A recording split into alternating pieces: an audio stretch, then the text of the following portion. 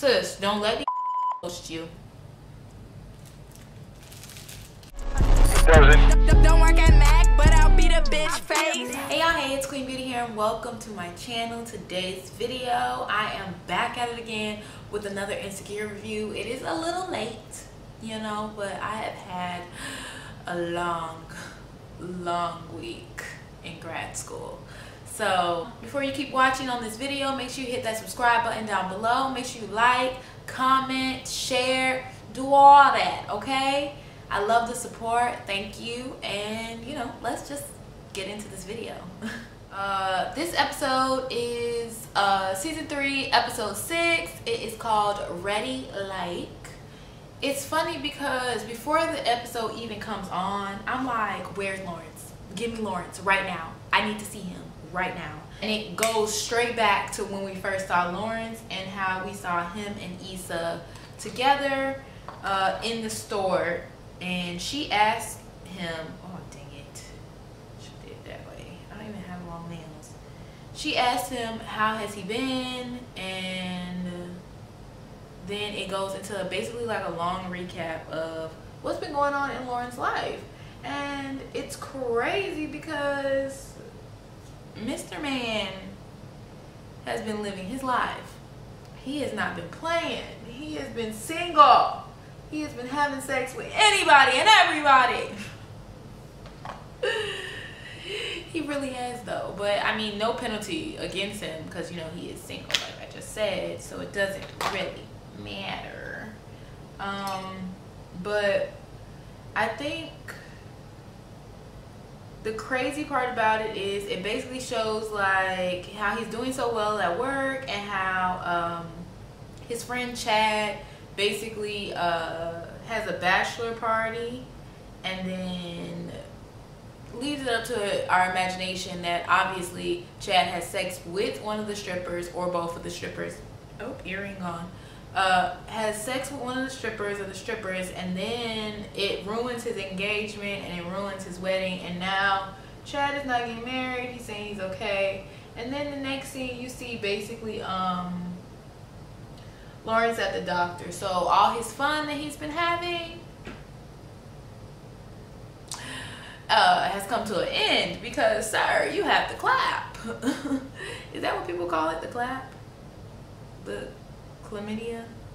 And so yeah, that's what happens. And when Issa asks him, you know, like, how have you been, he's just like I said, his mind goes back to flashback to what's all been happening, and literally he just answers her and he says everything's been good or something like that, and then he goes to the next scene. So blah.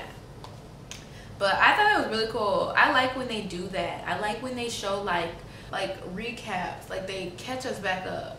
Because I don't know, we all know we wanted to know what was going on with Lawrence, like, since he's been off the show. Not really off the show, but not present as much. So in this next scene, Issa is, I guess she's at office. She's in an office and she's trying to plan her event, and she's basically talking to this lady about all the different things that she needs to get done. And the lady's basically just telling her, like, sis, you're not going to get it done in the time frame that you want it done.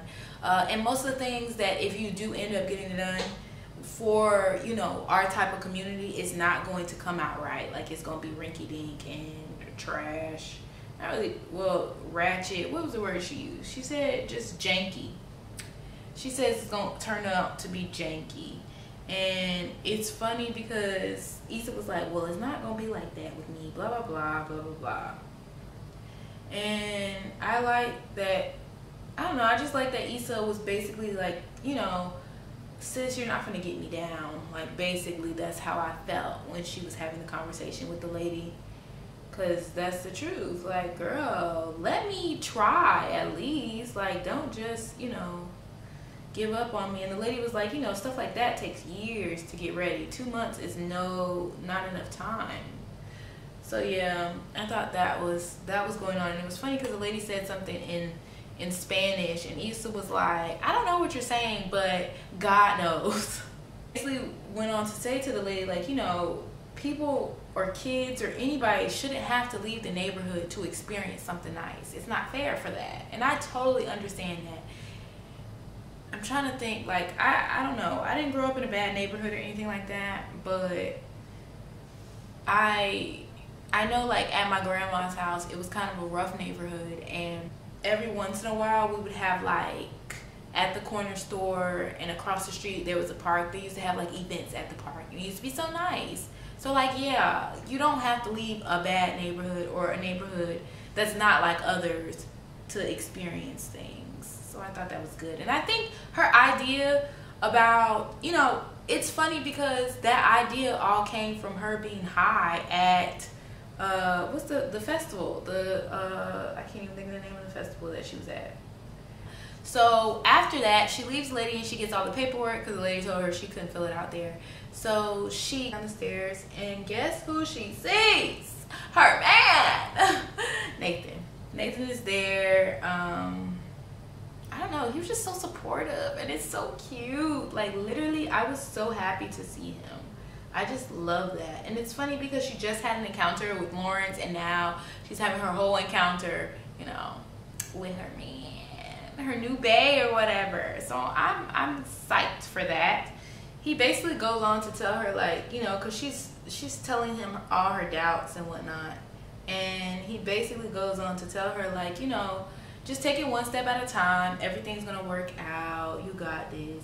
But I felt like in that moment, she was telling him that stuff because she wanted him to help. But I don't think he got that from it because Sir did not offer up no help. I just felt like, I feel like when people tell you you have problems, sometimes they want you to listen, yes, but you should always offer up, like, oh, well, if you need help, you know, I'll help you. But he didn't do that at all. Also, Nathan reminds Issa to tell Molly that Andrew, the Asian dude, still has her jacket, so she needs to try to retrieve that from him because he's still holding on to it. And so she was like, yeah, I'm gonna tell her, you know, she busy, she a lawyer.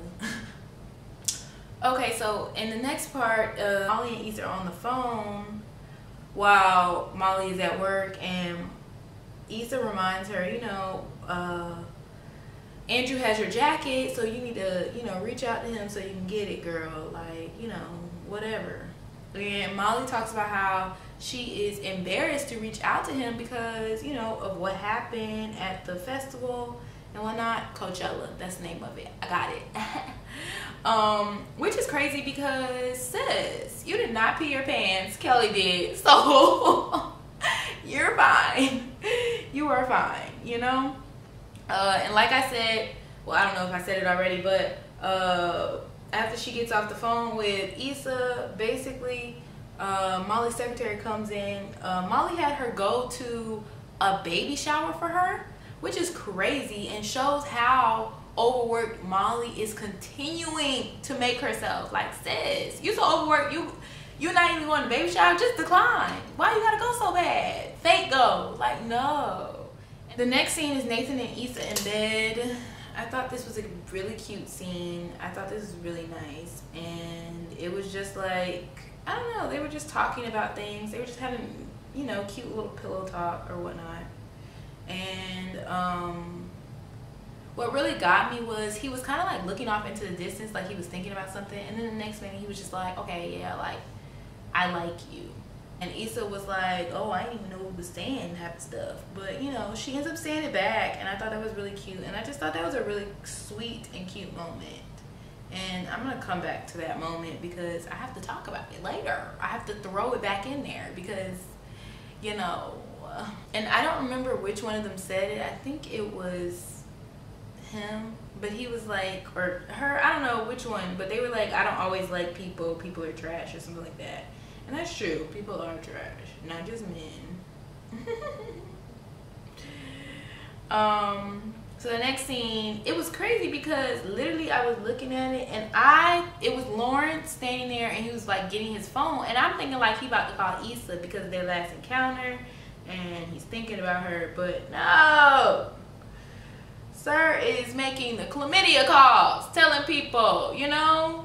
And what's crazier about it is he's making so many calls, but Sir didn't forgot who he actually done had sex with. Because in the end, he ends up calling somebody he didn't even have sex with. And she like, I'm glad we didn't. I would be pissed. Okay, so the next part is basically Issa, you know, at the apartment complex cleaning up poop because one of her tenants keeps not cleaning up after their dog, which is a funny thing because I want to know how many people actually carry around those little blue bags and pick up their dog poop.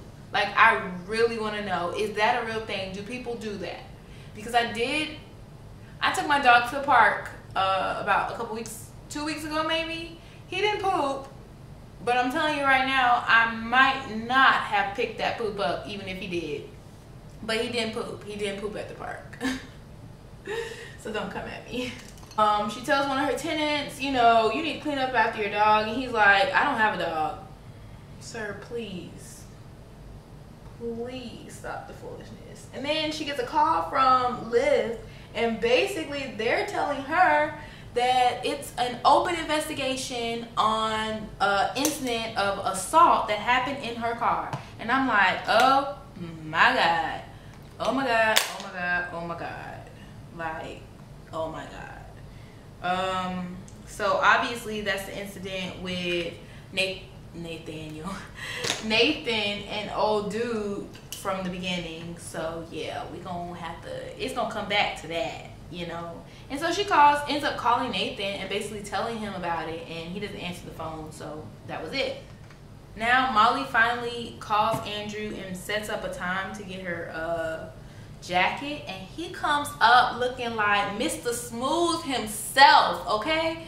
Like, literally, I don't remember him being that cute. And I think it was the slick ponytail. And I usually don't like boys that have hair, but he was kind of cute. He was kind of cute. But basically, he just tries to like catch up and talk to her, and then he ends up asking her if she's been to a certain place, and she's like, no. And he was like, well, I'm gonna take you there tomorrow or something like that. Like, yes. Listen, that is a great way to ask someone out. Like, a great way. Like, actually having plans before you ask them out. Already knowing what you're gonna say and where you're gonna take them. That is the best. Like, literally. Oh my God. And that don't happen often, because these boys be on something else. I don't know where they be at in life sometimes. Like, they really don't be knowing that you have to have plans. Please get your plans together, sir. So he has plans together. He came to her correct and everything, and sis was not going for it. But guess what? If you're watching this and you like me and you know me, make plans, ask me to date, and I might go. I'll probably go. I'm not even gonna lie. I'm so serious though. But yeah, so she basically ends up low-key turning him down, saying that she'll get back with him. But you know how that is. I basically was just talking about how Andrew approached Molly and how he was on his mess. Like, he was not playing with her. He was like, yes, I want to take you out. Let me take you out. Okay? And I really like that. So, you know, there you go, dudes. Issa Rae is giving y'all an insider on how to get a girl to go out with you. Have some plans. Have your life together. Look good. Know how to talk to her. Bring her a jacket. So anyways, people, now the next scene is Molly and Issa and Kelly all sitting around. They're doing like a gift for Tiffany's baby shower and whatnot. They're getting that together. It's like going to be like a, what's them things called? Like a diaper cake thing. But basically they're just talking about like why does Molly not want to go out with Andrew? And it's crazy because Molly has a problem with everything. Molly has a problem with everything. any kind of man, any kind of situation. Daniel, now she got a problem with dating outside her race. Sis, you ain't have a problem when you was having sex with a married man. Okay? And I'm tired of it. I'm tired of it. Like, I'm tired of it. So, I don't know. I mean, I guess everybody can have their preference, and I'm fine with that. But I just felt like Molly, no. It's just because it's Molly. If it was anybody else, I'd be like, yeah, you know, you live your life. You date who you want to date. Whatever. But, you know. And then it was funny because Kelly was like, is that the black one or the Asian one? Because I'm having sex with the black one. And then when Issa was talking about Nathan, Kelly said the same thing, and Molly and Issa was like, sis, you need to learn these men's names because you're not having sex with my man. And everybody was like, man. So Issa went on to talk about how supportive Nathan has been through her process of trying to get her like her organized event up and running, and she explains to them what her event is. They do laugh at the name of it. I don't even remember what the name she said it was, but I know it was something stupid. And yeah, and it's like she literally hyping him up. And you know, this whole episode, I was like, okay, this is about to be it. Like, really, Issa is all in, low key. Like, she likes him, and she's basically says like this is the first person she's liked since Lawrence. So, you know, that's a good feeling, I guess, especially to get over somebody or a relationship that you know, somewhat ruined yourself. So I guess that's a really good feeling. So yeah. So basically, also with the dating outside of your race, she tells Molly she needs to stop being so close-minded and ignorant. And, you know, I don't think I'm a person that's against dating outside my race, but I don't know. Because a lot of people always be like, I know I'm gonna marry a black man. I really don't know who I'm going to marry, but you know, as long as it's a good man. As long as it's a good man. But anyway, Chad and Lawrence are at, what is it called? They're at a bar or whatever, just talking and hanging out. And basically, Chad is telling Lawrence, like, why did you make them calls? You shouldn't have made them calls. First of all, sir, yes, you should have made them chlamydia calls. You got to make the calls. Don't be out here not telling people they got stuff. Like, that's real grimy. And then I think Lawrence asked him about the wedding or whatever, and Chad's just like, I'm unbothered. I don't care. I'm done with it. Like, and I feel like Chad is literally probably hurting. Like, that man is hurting. He is sad. He is upset. He should be. He messed up his relationship, and that's why he wouldn't get married. And it was funny because he was like, she could have at least told me. She could have at least text me. No, she couldn't have. So yeah, they're talking about that. And then Derek comes up and is just sitting with them. They're asking him how he feels about the pregnancy and all that stuff, and he's basically just saying like, you know, he's excited for her. He knows he's going to be a good father. And then that's when Chad was like, well, I was going to be a good husband. Sir, shut up. Like, shut up. Like, you need to not talk ever again. And it's funny because once he says that, Derek asked Lawrence, he was like, would you ever take Issa back? And Lawrence was like, no, because I can't get over it. I will never stop seeing her as a cheater. And I think Chad agrees with him, and that's when Derek was like, you did the same thing that Issa did. And he was like, no, Issa was a hoe. And then Lawrence was like, Issa's not a hoe. She just did some hoe shit. Nah. I'm tired of people in the word hoe. Like, I don't even want to get into it, but I just feel like nobody has a real definition of a hoe. It's something that somebody just made up one day to have a negative connotation on it. And nobody can tell somebody they're a hoe. It's all opinion, and I don't know. I just don't like that word. And I don't like it when people use it in a negative way. That's maybe that. So I'm waiting for my other lash to dry. But anyways, basically they walk into Tiffany's baby shower. They're late. They see that Tiffany has a whole group of girls helping her called the Crazy Squad or something like that. And basically, I guess they were kind of feeling a little left out and a little kind of annoyed. Issa sees that Lawrence is at the event, and Molly sees that Dro is there, and I'm like, it's on and poppin'. 2 interactions I've been waiting for, you know, again, especially since we left off the last time with Molly and Dro on bad terms, you know. So we got to see where this is going to go. That's how I was watching. It goes over. Issa is trying to contact Nathan again, and he's not answering. She tells Molly about it, and Molly's like, he a real N-word, because he don't even have a voicemail set up. Like, that is trash. So she ends up getting Molly to try to call him, and he still doesn't answer. So yeah, that's that, you know. So in the end, Issa ends up saying, okay, I'm gonna go speak to Lawrence. And Molly's like, don't leave me, because then I'm gonna have to speak to Dro.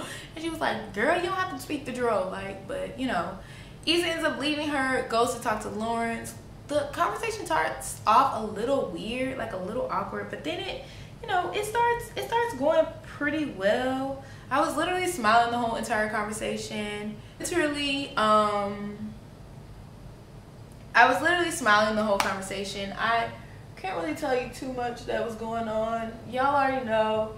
Basically, Issa tells him about how she quit her job and how she is trying to do this new project thing. And basically, he seems really supportive and nice about it. Like, he seems interested, and he asked her if she needs any help on a business plan and whatnot. And I was like, oh, that is so cute. That's so sweet.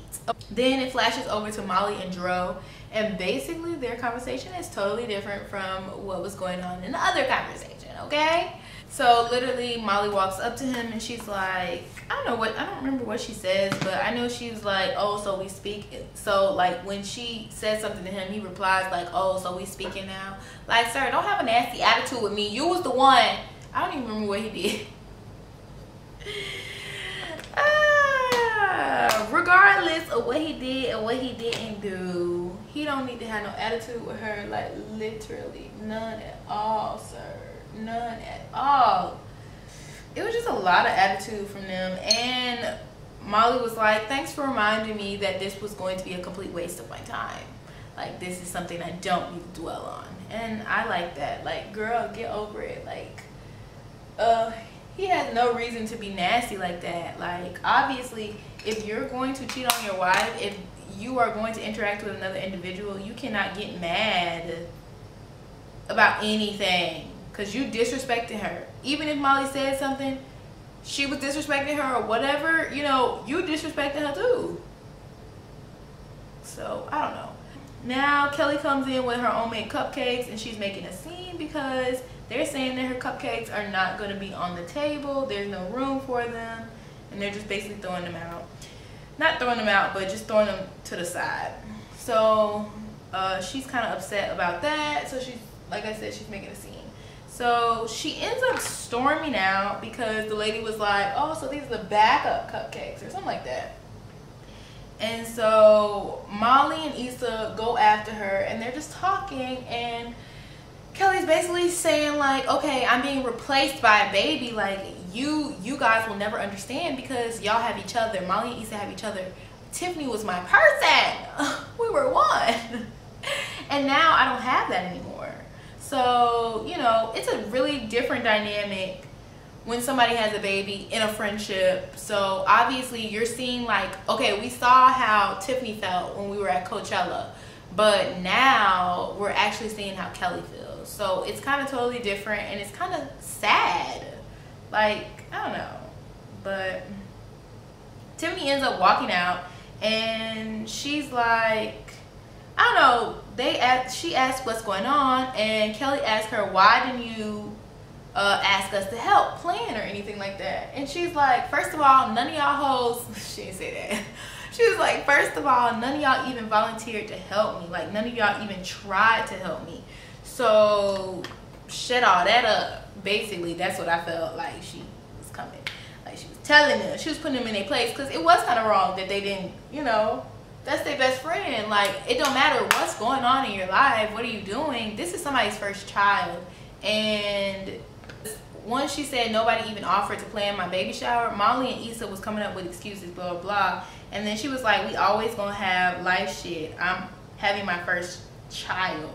Like, it's super important. And I don't know, I just feel like people make time for what they want to make time for. People do what they want to do. I am always a person that believes in that. I don't care what somebody says. I don't care what's going on. I don't care none of that. Because at the end of the day, you're going to do what you want to do. So, and it's not fair, especially in friendships and in relationships, specifically relationships. But in their case, in friendships, it was kind of wrong. So I can understand why she was upset, and I can understand why she was hurt, but I can also understand why Kelly feels the way she feels also. Then Kelly, basically, she was like, oh, well, when I asked you about, you know, if you needed help or if you needed me to do anything, you said no, you had it all under control. Like, why couldn't I help you?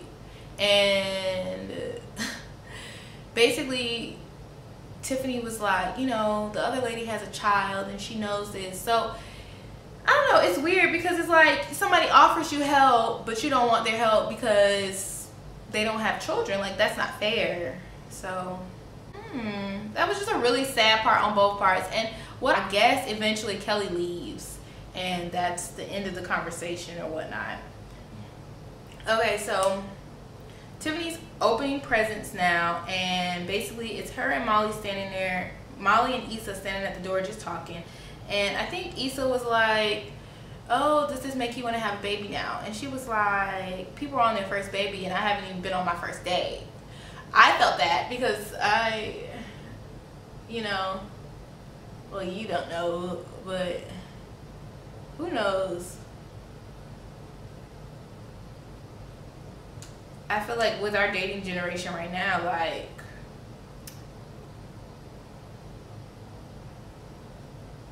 dates ain't coming by like the way they used to. Nobody courting people no more.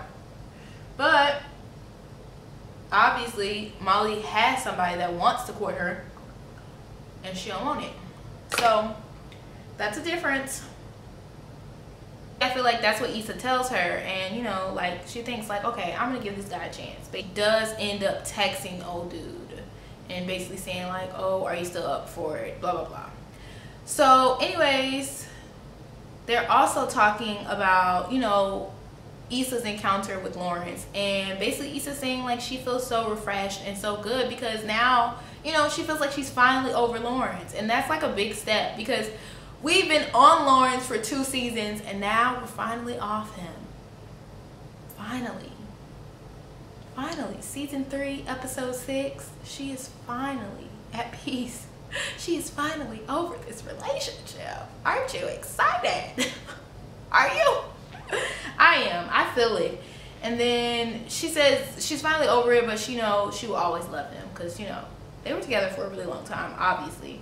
Funny thing is, Candace pops up, and Candace is just Candace, like, you know, Dro, wife, whatever.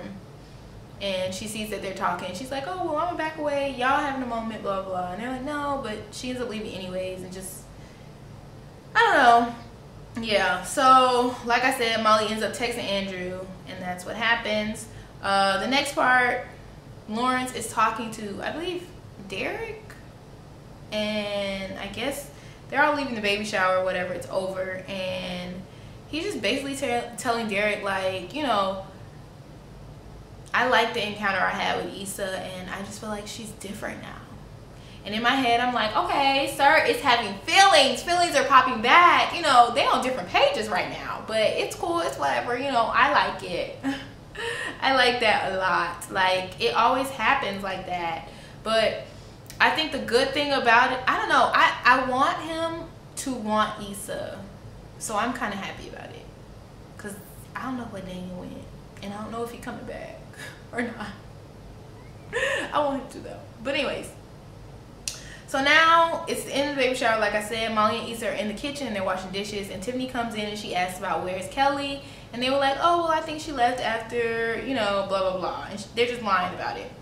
And then Tiffany goes on to say like, oh my gosh, Molly, why you ain't tell me that Dro and Candace having a baby? Now, you know, my mouth dropped.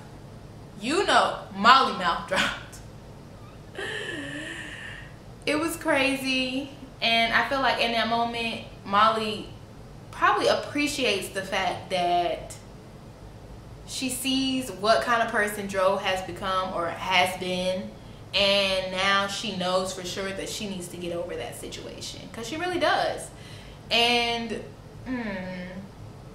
so that was a real shocker of the episode. And another thing that happened was Issa is now outside and she gets a call from the investigators basically saying like the case is closed. They talked to Nathan, but she's confused because she hasn't talked to him still. Like, it's been a day and a half. Like, it's been a long time.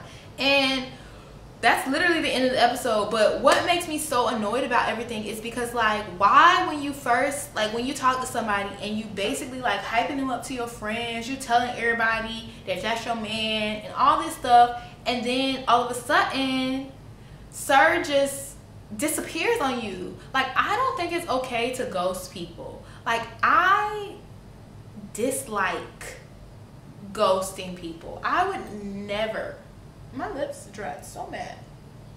I would never ghost somebody because I feel like we're grown, and I feel like at the end of the day, I'm a grown woman and you're a grown man, and you should have enough courage, enough respect to just, you know, communicate with me like adults do. Like, communicate with me and say, okay, I'm not feeling you no more. Like, I'm not finna lead you on. I'm not finna, you know, be in and out. I'm not finna tell you I like you and then ghost you. I'm just gonna tell you up front, and I'm gonna be honest with you. I like honesty, and I know a lot of people do probably, but that was just really annoying, and I'm real annoyed about that. And I just don't understand, because it's a lot of bad things going on with our generation with dating, and ghosting is really like the #1 thing that really ticks. It grinds my gears.